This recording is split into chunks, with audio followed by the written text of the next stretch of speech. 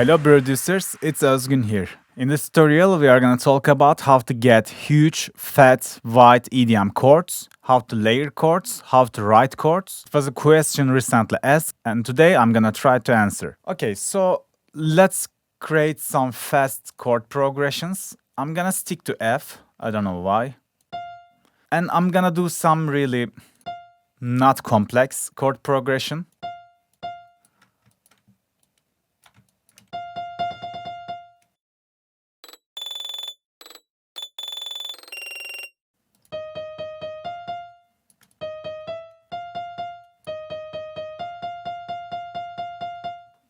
That would work. So you can use, when you finish your bass progression, so if you didn't do, I told you I'm gonna use F, just go helper and choose F minor.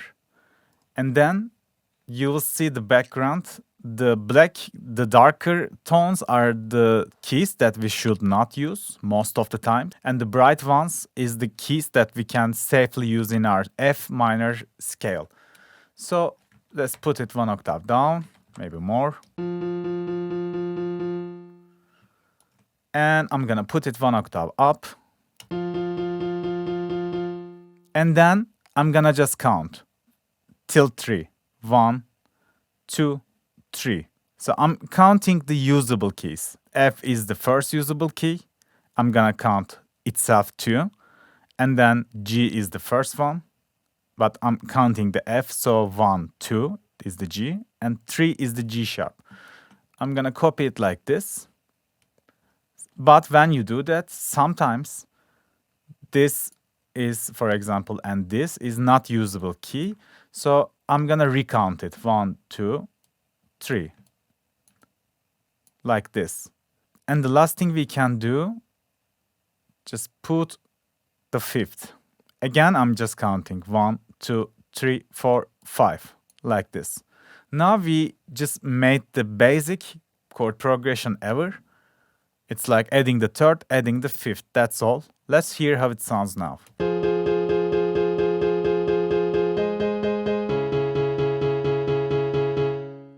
Because this is an not usable key, I'm just putting it one up.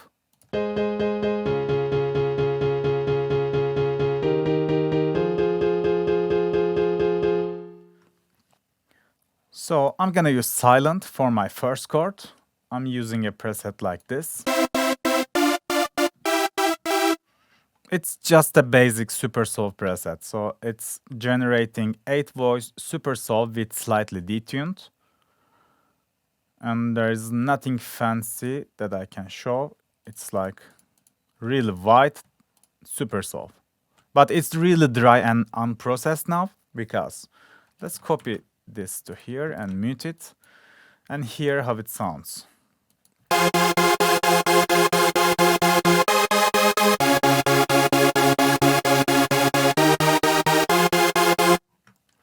And maybe we can just change the rhythm a bit to get into the vibe.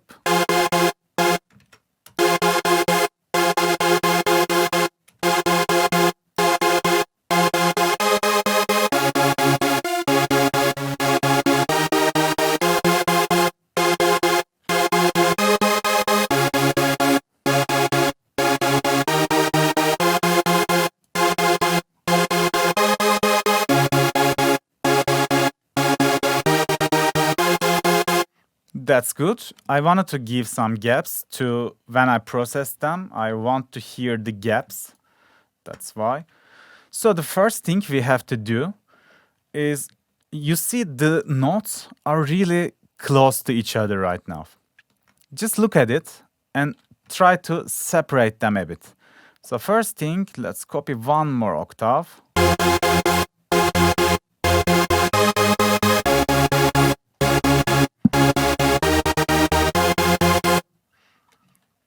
And now I'm just gonna try to separate the notes if they are too close to each other. So I can do it like this, and maybe like this or this. I'm just trying to find some good looking separated chords. I'm not doing any math here, I'm just looking at them.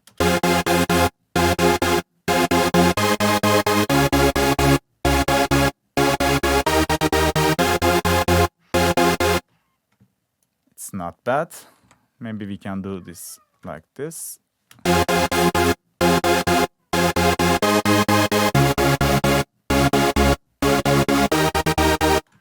And maybe this too.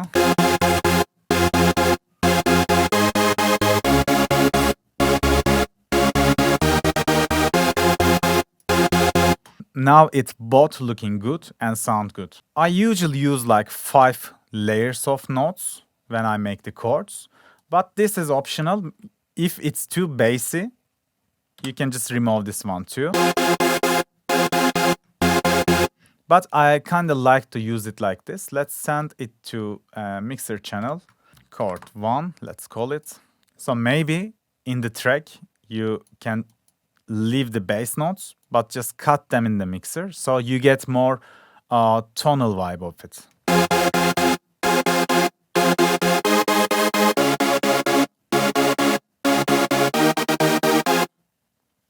Like this. You can do it in the track. So I'm gonna disable it for now. So this is the first thing you have to be careful when you are trying to reach the huge chords. It's the first thing, like separate the notes after you're making the chord progression. Just be sure they are not too close to each other. If you do it, just try all the combinations. Just put it and just move and see if it sounds good, better or not. And always remember this, if the notes are too close when they are in the up of the scale, if they high, it's not a big problem. But if the notes are too close to each other in the bass, it's really gonna sound muddy. So you should avoid this.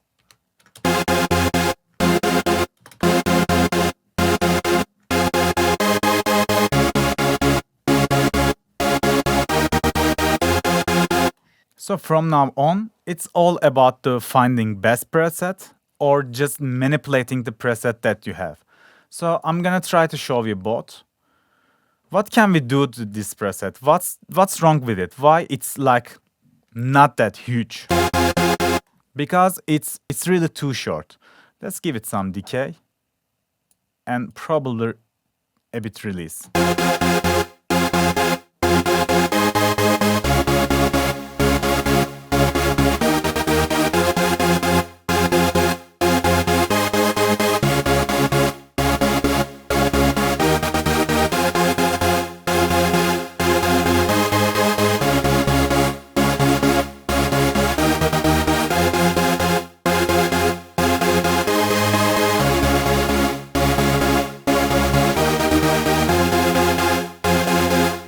Even so much better right now. I just gave some release, so it's not fading away that soon, and it make it so nice.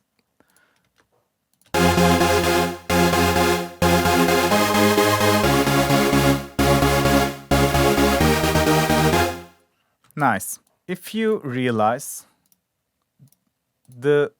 it's not that bright now.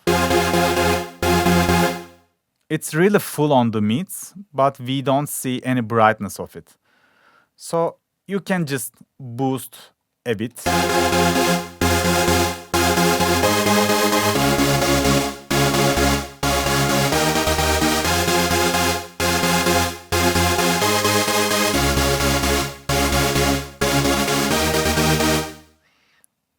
If you want to make it bright, you can boost like 5K, 6K, that area. And I just get rid of slightly of the mids. It was a bit muddy to my ear. And if you remove the lows, the EQ of it is like almost done.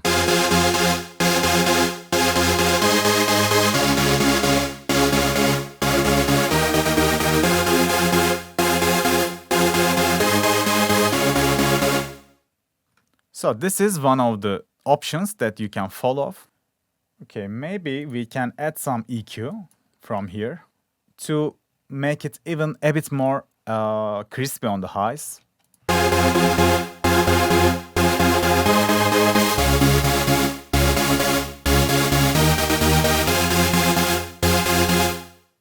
In this kind of coloring situations, I don't like to use the EQ of the mixer Instead, I'm just shaping the sound inside the VST. So I think it's more giving the character of the sound. I like it even more.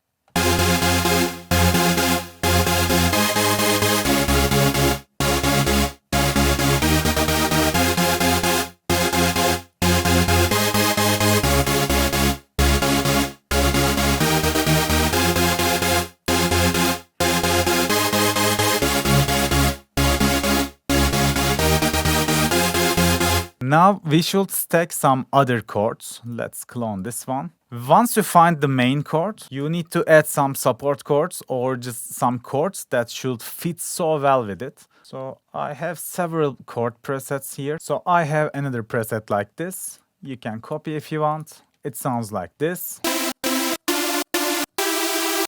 It's already EQ'd in the top. And let's give it some release as well. Now it's what sounds like this.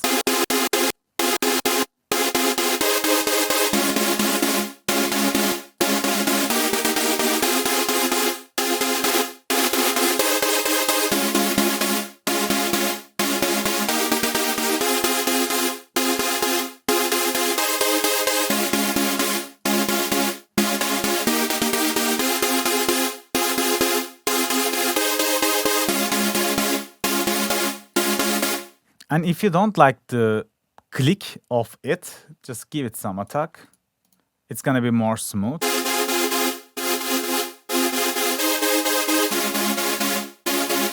I like to do it like this. If I have two different chords, I always put one of them like full clicky and one of them less clicky. Maybe I can make it bigger so you can see better. And let's see how they sound together.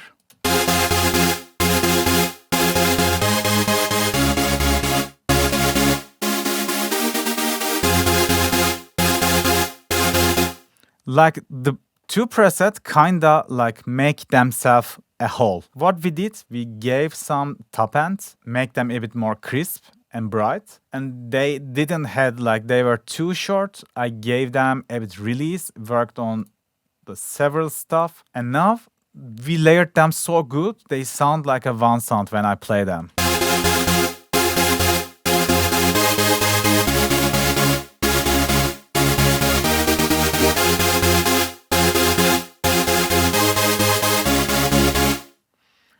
So from now on, you can keep adding more layers. Let's try one more layer. This time I'm gonna go init preset and let's see what can we do. Let's go like 8 voice.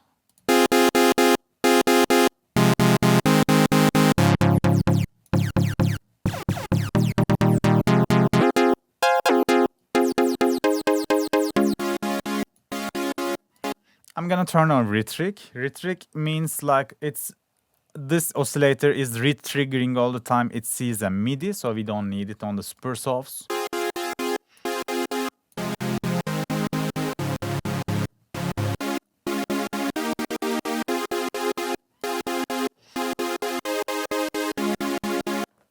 And I'm gonna do like this, a bit attack and release. And not that much release. This layer is going to be the mid layer. So I'm just gonna fill the mids.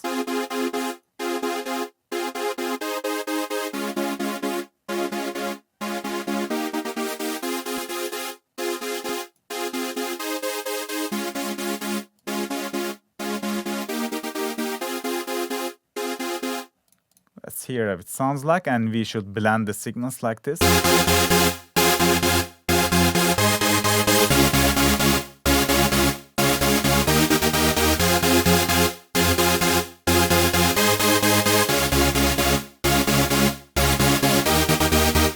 It's adding a little, but it means too much in the mixdown.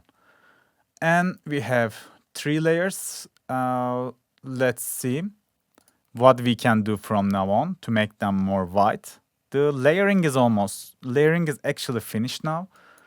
But so it depends on the track that you are working on. But when we stack 3 different layers, the 3 of them creating a different top end, and like some whistling voice, some white noise in like here.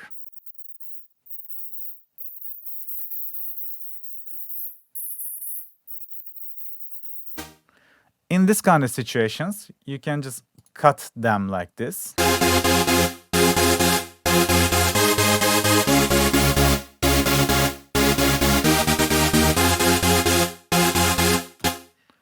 And add one more layer, but this time we are going to send it to a separate channel and call it white noise.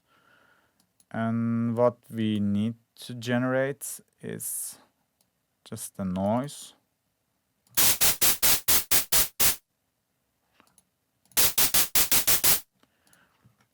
And I'm gonna give it only the bass notes.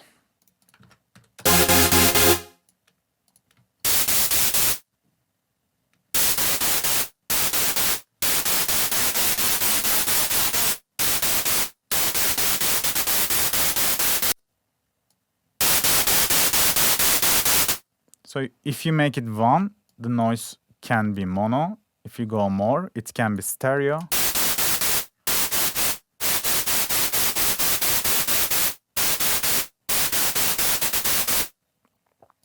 And let's make it more tight.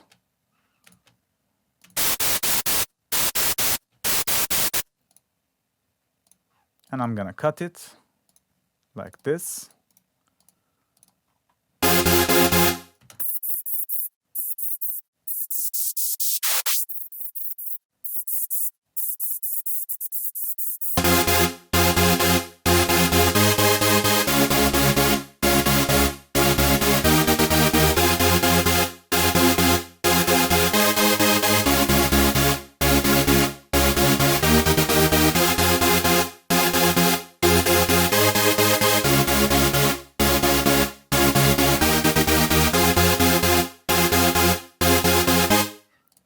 Once you do that, just send both in a channel and let's call it chord bus.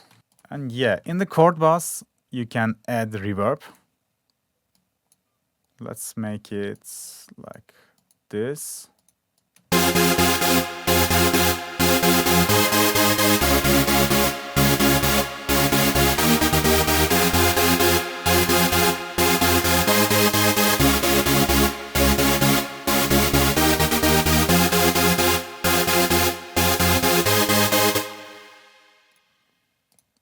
And after that, let's put EQ. Maybe we can put the EQ before. It seems I have too much white noise. Let's get rid of it.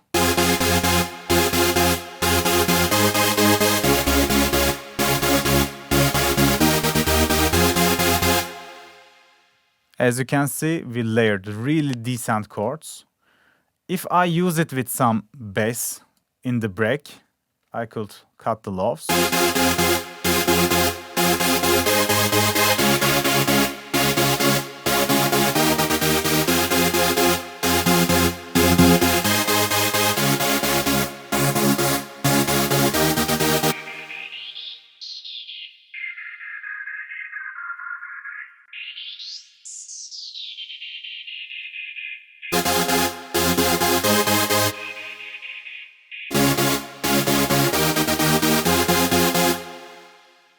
And from now on, you can just EQ them according to your leads and the other background elements. And last of it, we can use stereo enhancer and make it wide. Don't make it 100%. But again, it depends on the track that you are working for.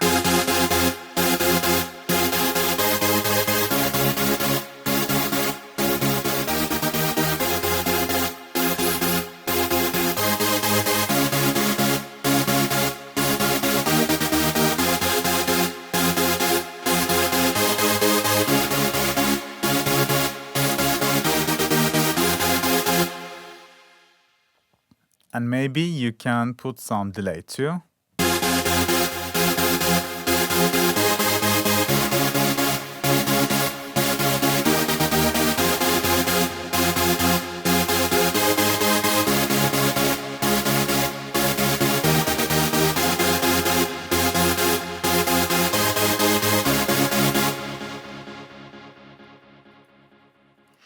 As you can see, I'm trying to use only FL Studio stock plugins for the processing to keep the things a bit more simple.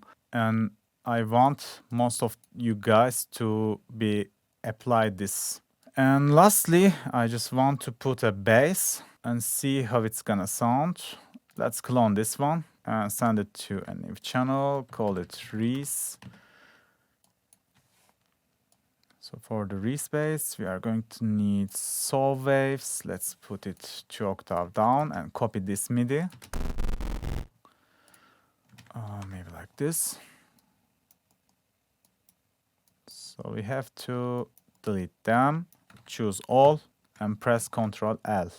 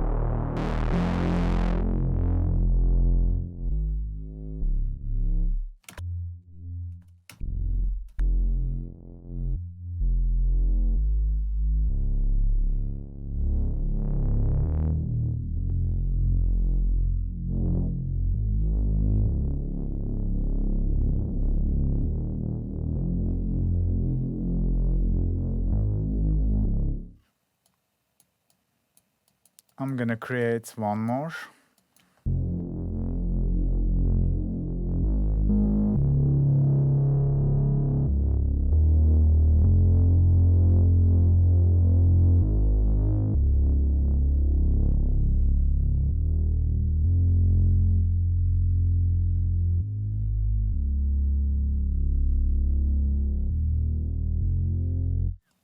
It sounds nice.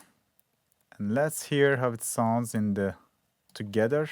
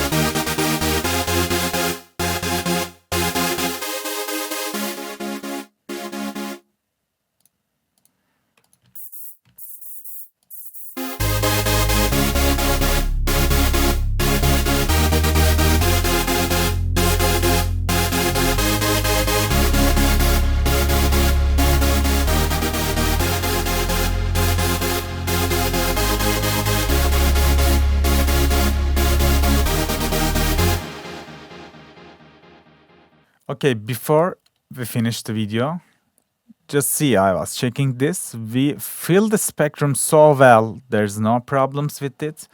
But the last thing that we add creates a too much phasing.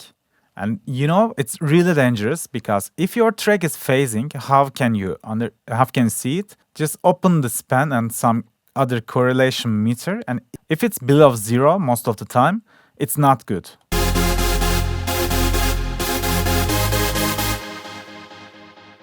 That means some of the sounds are phasing and canceling each other. So it's only gonna sound good when there's two speakers. When the speakers are changed, such as phone TV, it's not gonna sound good. To avoid this, just put your mix in mono. And like stereo enhancer plugins causing it, it's like 99%, it's the problem. So just find the sweet spot that it's not phasing at all. Let's see.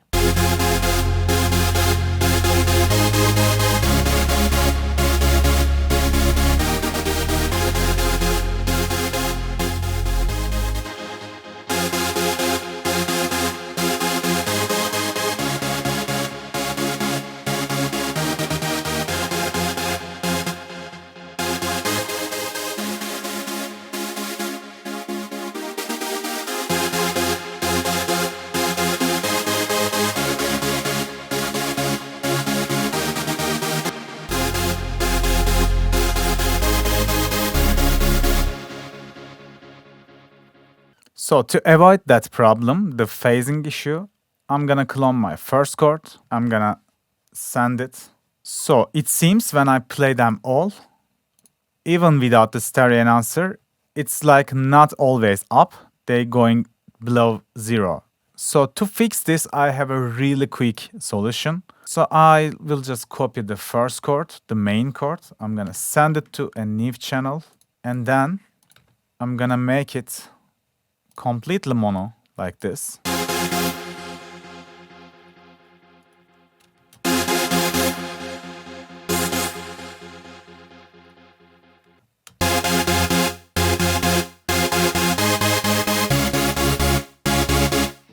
So when I do that, it's mono. It's the same, but it's mono. So I'm gonna send it to here, for example. Let's call it chord final. If I send the mono one to chord bus, the stereo enhancer in here is gonna make it white. So I don't want it. I want to have one completely mono signal in my chain. So I just do like this. Now let's hear if it sounds good and like positive in the correlation meter.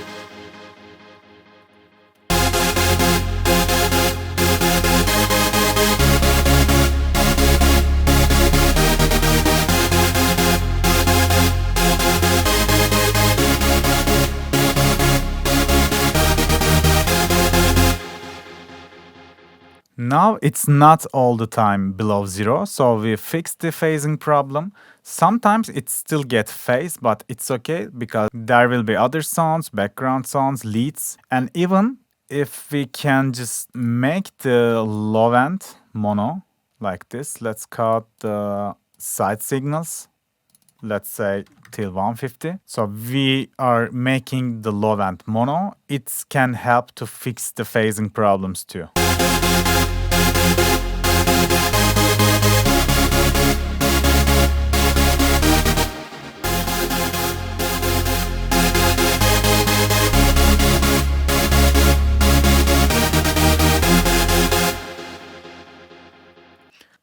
So before I end the video, I was about to end, but I just realized I need to show you how to compress it too, because it should be a bit compressed, you know, it should be squashed. For this, let's say, send them all to the same channel, because the mono one routed to others, but I want to show you how to compress them as one signal.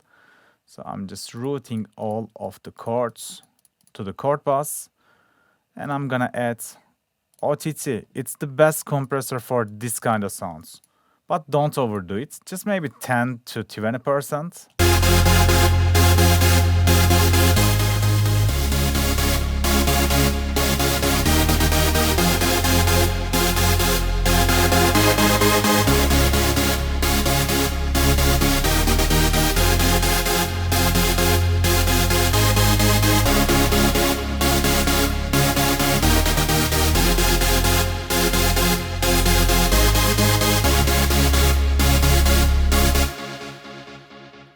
Just this, like slightly touches. I hope you can learn something from this tutorial and you can apply this to your own productions too. Thanks for watching, guys. See you on the next video. Bye bye.